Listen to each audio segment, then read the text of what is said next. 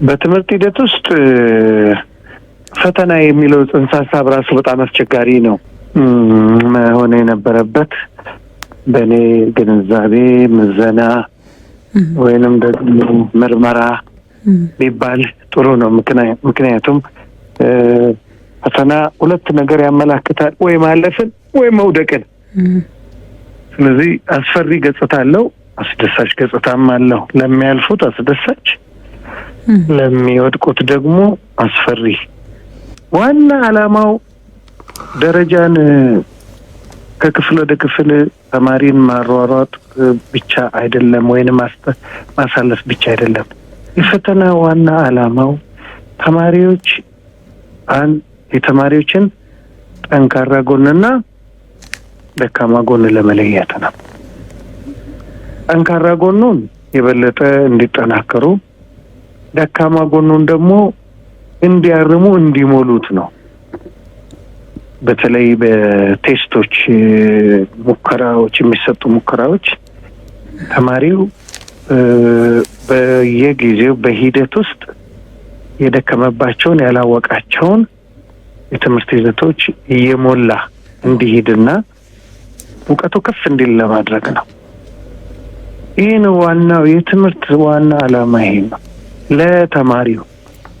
ለስርዓቱ ደግሞ ስርዓተ ትምህርት ክለሳ ለማካሄድ የትምህርት ተገቢነትንም ለማየት ይረዳል። ለወላጆችም እንደዚሁ ግብአት አለው፣ ግብረ መልስ አለው። ወላጆችም የልጃቸውን ጥንካሬና የጎደለውን ነገር ማየት ይችላሉ። በእኛ ሀገር ግን በአብዛኛው ቀደም ሲልም አሁንም ተማሪ ማለፍን እና አለማለፍን ለማረጋገጥ እንደ ዋና መሳሪያ ነው የምንጠቀምበት። አንዱ መሳሪያ ነው እንጂ እንደ ዋና መሳሪያ አይደለም። ዋናው መሳሪያ ግን የትምህርት እውቀትን ለማጠናከር፣ ክህሎትን ለማጠናከር፣ ሰብዕና ላይ እንኳን አመለካከት እንኳን እስከዛሬ ፈተና ተሰጥቶ አያውቅም። ያው በምልከታ ነው። ይህ ነው የትምህርት የፈተና ዓላማ። ኩረጃ ካንሰር ነው እላለሁ ብዙ ጊዜ። ምክንያቱም ያለ እውቀት መጓዝ ነው። ያለ እውቀት የሚጓዝ ሰው ያለ ኮምፓስ እንደሚጓዝ መርከብ ነው፣ አቅጣጫ የለውም። ስለዚህ የሚኮረጅም ሰው ያለ እውቀት ነው የሚሄደው። ከሌሎች ሰዎች ከሰሩት ይወስዳል። እውቀት የለውም፣ ክህሎት የለውም እና በዚህ ሂደት ውስጥ ሄዶ ቢመረቅ የማህበረሰብ አገልጋይ አይሆንም። አንድ እውቀት የለውም፣ ሁለት ክህሎት የለውም። ስለዚህ ጥገኛ ነው የሚሆነው፣ ሸክም ነው የሚሆነው በማህበረሰብ ላይ። መፍጠሩ አዳዲስ ነገር ማምጣቱ ይቅርና የተለመደውን ነገር እንኳን ለመስራት ይቸገራል። ስለዚህ የኩረጃ አደገኝነት በኢትዮጵያ ውስጥ ታይቷል። ኩረጃ አደገኛ መሆኑ በተደጋጋሚ አይተናል። በ2013 50.5 ተማሪዎች ናቸው ያለፉት። 50.5 በ2014 ደግሞ 3.2 ነው። 47.3 የት ገቡ? ቢያንስ 50% ግማሹ አልፎ ነበረ ከዛ በፊት። እና ይሄ ኩረጃ መኖሩን፣ ሁለተኛ ኩረጃ አደገኛ መሆኑን ያየሁበት አብዛኛው ተማሪ ዩኒቨርሲቲ ይገባል። አሁን ጥቂት ቁጥር ያላቸው ይገባሉ የሚል በ3% እየተገለጸ አለ እንጂ ዩኒቨርሲቲም ከገባ እኮ ስኬታማ አይሆንም አብዛኛው ተማሪ። እኔ እንግዲህ እዚሁ ብዙ አመት አስተምሬያለሁ፣ ከ20 አመት በላይ እያየሁ ነው። የተማሪ ዩኒቨርሲቲ መምጣት ቁጥሩ ከፍተኛ ይሆናል በየትምህርት ክፍሉ፣ የሚመረቀው ግን ጥቂት ነው። የሀብት ብክነትንም አስከትሏል። ተማሪውም ዝም ብሎ ጊዜውን አጥፍቷል ዩኒቨርሲቲም ከገባ በኋላ። አሁን ነው እንግዲህ ከዚህ ከ2014 በኋላ በእውነት በጣም ምጡቅ ተማሪዎች፣ በእውነት መስራት የሚችሉ ተማሪዎች፣ አቅም ያላቸው ተማሪዎች፣ በራስ የሚተማመኑ ተማሪዎች የመጡት እና ወደፊትም ኩረጃ ከቀጠለ አገር አደጋ ውስጥ ነው። በእውቀት የሌላቸው ክህሎት የሌላቸው ዜጎች ተሸክመን እንሄዳለን። ሀገር በድህነት ውስጥ ትጓዛለች። መፍጠር አይችሉም። ይሄ ደግሞ እውነት እኔ ትውልዱን እየወቀስኩ አይደለም፣ ትውልድን አልወቅስም። ለኩረጃ የዳረገን የትምህርት ስርዓቱ ራሱ ነው፣ የፖለቲካል ስርዓቱ ራሱ ነበር። ምክንያቱም መምህራን አቅም ሳይገነባ ተማሪዎችን አንድ ተማሪ እንዳይወድቅ የሚል የትምህርቱ መዋቅር እኮ ማስጠንቀቂያ ይሰጥ ነበር። ተማሪ የጣለ መምህር ይገመገም ነበር። የትምህርት እድልና የእድገት እድልም አይሰጠም ነበር። እኔም እውነት ነው አምንበታለሁ፣ ተማሪ መውደቅ የለበትም። ነገር ግን ቅድም ያልኩት ሲሟላ ነው። ጠንካራ ጎኑ እንዳለ ሆኖ ተማሪ የጎደለውን ሲሞላ ነው። በሌሎች ሀገሮች ባደጉ አንዳንድ ሀገሮች ተማሪ አይደግምም፣ ግን አቅሙ ተጠናክሮ አብዛኛው ተማሪ ከፍተኛው 100 እንኳን ቢሆን አብዛኛው ተማሪ 90 ውስጥ ሆኖ ነው ሳይኮርጅ በራሱ መንገድ። ኩረጃ ራሱ ባህል ስላልሆነ አያውቁትም። አሁን ወደ ኖርዲክ ሀገሮች የምንላቸው ኩረጃ የሚባል አያውቁም። ከሌላ ሰው አስተማሪ ወረቀት ሰጥቶ ሁሉ ሊሄድ ይችላል። እኔም ወደዛ አካባቢ ስለተማርኩኝ አስተማሪዎቻችን ጠዋት ይመጣሉ፣ ወይ ኮምፒውተር ላይ ወይንም በወረቀት ይሰጡንና ይሄዳሉ። ስትጨርሱ ቢሮ አምጡልን ነው የሚሉት። የሚኮራረጅ ተማሪ የለም፣ መጽሐፍ የሚያይ ተማሪ የለም፣ ግን የሚጠብቅ አስተማሪ የለም። እንዲህ አይነት ሰብዕና ያለው ዜጋ ነው መገንባት እንግዲህ የቀረብን እና ይሄንን የቀረብን ደግሞ ማነው ያስቀረው? የትምህርት ስርዓቱ የነበረው የትምህርት ስርዓት የኩረጃን ባህል እንዲሆን አደረገው እና ከፍተኛ ቁጥር ያለው ተማሪ በኩረጃ ተሰማራ። ስለ ኩረጃ ዘዴዎችን ሲያጠና ቆየና ለሀገርም ለትምህርት ስርዓቱም ኩረጃ ጠንቅ ነው፣ ካንሰር ነው። የትምህርት ስርዓቱን የማሻሻል ስራዎችን እንዴት ይመለከቷቸዋል? በተለይ ውጤታማ እንዲሆኑስ ምን መደረግ አለበት ይላሉ? የትምህርት ትምህርት ስርዓት አሁን ከሪክለሙ ጥሩ ጅማሮ ነው፣ ግን ያለቀለት ያበቃለት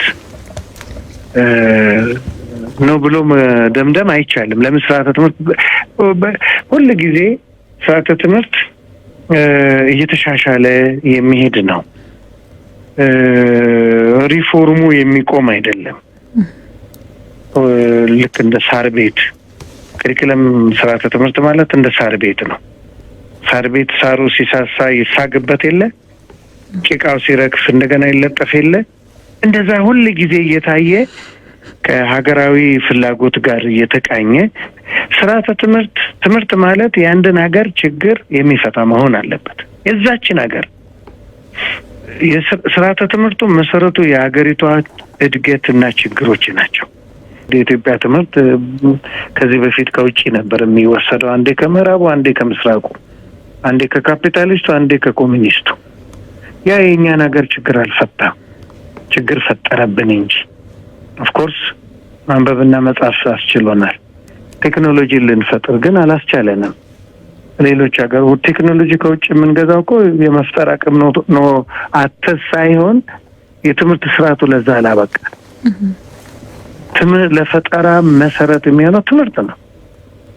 ብዙዎቹ ሀገሮች ያደጉት እነ ኮሪያ እንደዚህ አይነት የሀገራቸውን ችግር የሚፈታ ትምህርት በማደራጀታቸው ነው። ስለዚህ ስርዓተ ትምህርቱ ጥሩ ነው፣ አጀማመሩ ጥሩ ነው። ግን በዘላቂነት እንዳይሄድ የሚያደርጉ ደግሞ እንቅፋቶች አሉ። የመምህራን ዝግጅት ከፍተኛ የመምህራን እጥረት ብቻ ሳይሆን የመምህራን ጥራትም ደረጃም መታየት አለበት። በትምህርታቸው ሁልጊዜ ተከታታይ ትምህርት እየተሰጣቸው የመምህራንን አቅም ካላጎለበትን በስተቀር ስርዓተ ትምህርቱን መቅረሱ፣ መጽሐፍ ማዘጋጀቱ፣ ይዘቶችም መደርደር ብቻ በቂ አይደለም እና ስጋት ያለኝ እኔ መምህርነት መስህብነት የለውም። ኢትዮጵያ ውስጥ ብዙ ሰው ወደ መምህርነት ሙያ እየገባ አይደለም። አሁን እንደውም በኮሌጆች መምህራን ገብቶ መሰልጠን እየቆመ ነው። ወደፊት ከፍተኛው ስጋት እሱ ነው። ይዘትን መጽሐፍትን ማዘጋጀት ጥሩ ሆኖ ሳለ በተለይ በስነ ምግባር ላይ ማን ነው የሚያስተምረው የሚል ትልቅ ጥያቄ ነው ለወደፊቱ። ይሄ ያሰጋል። የኢትዮጵያን ትምህርት ችግር ለመቅረፍ መምህራን ላይ በጣም በከፍተኛ ደረጃ መሰራት አለበት። የኢትዮጵያን ትምህርት ችግር መቅረፍ ማለት የኢትዮጵያን የኢኮኖሚ፣ የፖለቲካ እና የማህበራዊ ተግዳሮቶችን መፍታት ማለት ነው።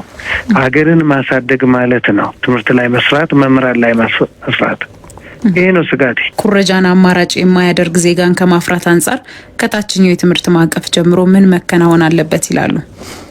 አንደኛ ስነ ምግባር ማስተማር ነው። እሴቶቻችንን ማስተማር ነው። ሁለተኛ እውቀት፣ ትክክለኛ ተገቢ እውቀት፣ ተማሪን ያሳተፈ አእምሮ ወደ እጅ፣ የአእምሮ እውቀት በእጅ የተመሰከረ ማለት ያሰበውን የሚሰራ ተማሪ ካደረገ፣ ግብረ ገብነትን አሁን እንግዲህ ሞራል ትምህርት ተጀምሯል። ያንን ካሳተፍ፣ ተማሪ በራሱ እንዲተማመን ካደረግ፣ ለተማሪ ድጋፍ ከሰጠን፣ እውቀት ሁሌ በአእምሯቸው እንዲሞላ ካደረግ፣ ተማሪ አይኮርጅም። ለምን ይኮርጃል?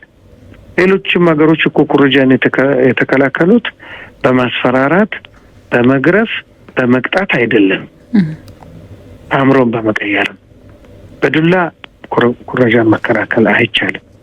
እንደው አሁንም ኩረጃን የምንከላከልበት ዘዴ በራሱ መፍትሄ ስለሌለው ነው እንጂ ዝም ብሎ ማየቱም ትክክል ስላልሆነ ነው እንጂ በዚህ አይነት መንገድ አይደለም። ዜጎች እንዳይሰርቁ ያለ ፖሊስ ጥበቃ ንብረትም ሜዳ ላይ ጥለሽ ብትሄጂ የማይሰርቅ ዜጋን መፍጠር ነው። ኮምፒውተር ባቡር ጣቢያ ጥዬ ከሰዓታት በኋላ ተመልሼ አግኝቻለሁ እኔ በአውሮፓ ውስጥ ፊንላንድ በምትባል ሀገር ውስጥ። ለምን? ስርዓቱ እርግጠኛ ነበርኩ ኮምፒውተሩን ላፕቶፔን ተመልሼ እንደማገኝ። ምናልባት ብቆይ ቆሻሻ ነው ብሎ ሰው ጥሎት ነው ብሎ ጋርቤጅ ውስጥ ነው የሚጥሉት እንጂ ወደ ቤታቸው ይወስዱት።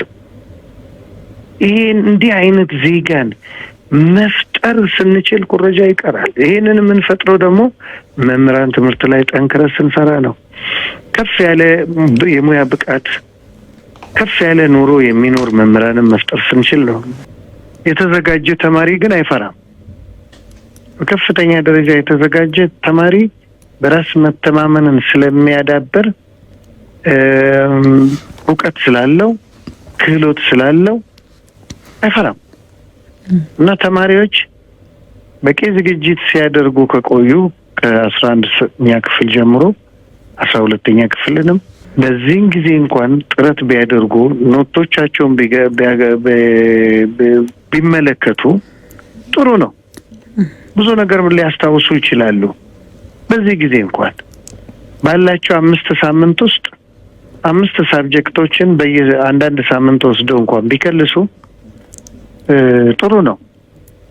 በመሀልም ደግሞ ፈተናም እየተፈተኑ ዛሬ ነገ የሚፈተኑትን መልከት ቢሉ ኖቶቻቸውን ይዘው ከአዋቂ ሰው ጋር ደግሞ ያለፈውን ፈተናዎች ቢወያዩ ሁልጊዜም ይረዳል እና በራስ መተማመን ካለ መፍራት የለም። ለሀገራቸውም ሆነ ለራሳቸው ራሳቸውን አሳድገው ሀገራቸውን ለማሳደግ ተማሪዎች በጣም መስራት አለባቸው። ሌሎቹም ዘንድሮ 11ኛ ክፍል ያሉ ከዛ በታችም ያሉ ተማሪዎች ጠንክረው መስራት አለባቸው። ከሰሩ እውቀት ካለ ፈተና ምንም ማለት አይደለም፣ ያልፋሉ።